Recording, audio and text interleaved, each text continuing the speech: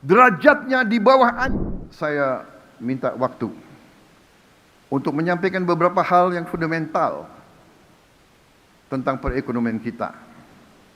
Saya merasa hari ini harus saya sampaikan dari eksekutif kepada legislatif, dihadiri oleh pimpinan-pimpinan lembaga tinggi negara. Marilah kita berani untuk menghadapi masalah walaupun itu merupakan tantangan, hambatan atau kekurangan. Tentang pengelolaan ekonomi negara kita sesungguhnya telah dirumuskan oleh para pendiri bangsa kita. Para pendiri bangsa kita bukan orang-orang yang lugu atau naif. Mereka merasakan penjajahan, mereka merasakan dijajah, mereka merasakan dihina, mereka merasakan diperbudak, mereka merasakan dirampas kehormatan, dirampas harga diri, dirampas dignity bangsa Indonesia. Mereka menyaksikan dan merasakan dihilangkan segala kehormatan, segala kepercayaan diri kepada bangsa, kepada budaya, kepada sejarah kita. Mereka merasakan apa artinya imperialisme itu. Mereka merasakan bahwa bangsa Indonesia ditempatkan derajatnya di bawah anjing. Mereka melihat dan merasakan kekayaan Nusantara ratusan tahun diambil oleh penjajah kita untuk memperkaya mereka. Hendaknya janganlah kita terlalu kagum kepada bangsa-bangsa yang kayanya dari merampas kekayaan bangsa-bangsa lain.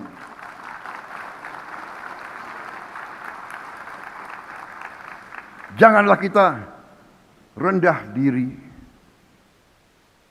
Janganlah kita selalu mengagumi apa yang mereka ajarkan kepada kita, padahal mereka sendiri tidak menjalankan apa yang mereka ajarkan kepada kita.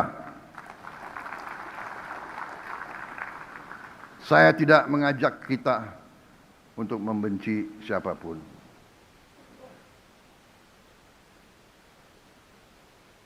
Saya tidak mengajak kita membenci bangsa-bangsa lain. Tidak. Bahkan saya mengajak kita belajar. Tapi juga kita harus belajar dari sejarah. Ada suatu adagium bahwa mereka yang tidak belajar dari sejarah akan dihukum oleh sejarah, akan mengulangi sejarah kelam yang sama yang dialami oleh nenek moyang mereka. Ini adagium yang terjadi di banyak negara. Para pendiri bangsa kita sadar bahwa apabila pemimpin di Nusantara kita lemah, apabila pemimpin di Nusantara tidak bersatu, maka kekayaan Nusantara akan terus diambil oleh kekuatan-kekuatan di luar Nusantara. Ini sejarah, ini terjadi. Marilah kita buka fakta. Negara Nederland Belanda dari sejak tahun 1500 dilanjutkan 1600, dilanjutkan 1700, dilanjutkan 1800 memiliki PDB per kapita tertinggi di dunia selama itu. 1500, 1600, 1700, 1800. 400 tahun telah memiliki PDB per kapita tertinggi. Negara yang mungkin dari utara ke selatan mungkin tidak sampai 8 jam naik kendaraan. Dari laut ke perbatasan mereka mungkin tidak sampai 4 jam dengan kendaraan. Bisa memiliki PDB tertinggi di dunia.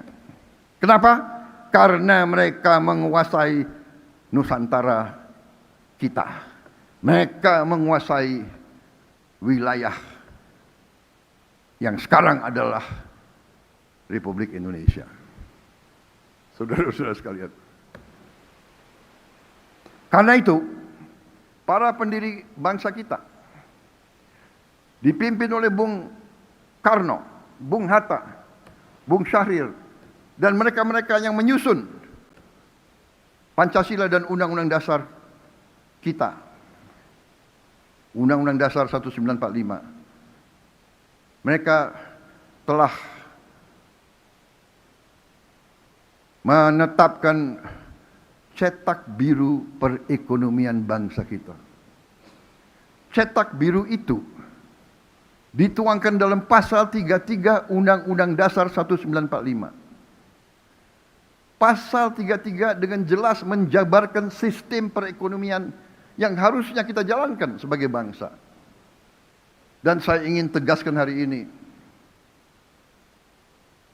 keyakinan saya bahwa apabila kita menjalankan pasal 33 Undang-Undang Dasar 1945, kita jalankan dengan baik, kita jalankan dengan murni dan konsekuen, negara kita akan memiliki sumber daya yang cukup untuk menjamin Indonesia sungguh-sungguh akan menjadi negara yang makmur, yang adil, di mana rakyatnya menikmati kesejahteraan dan kualitas hidup yang layak.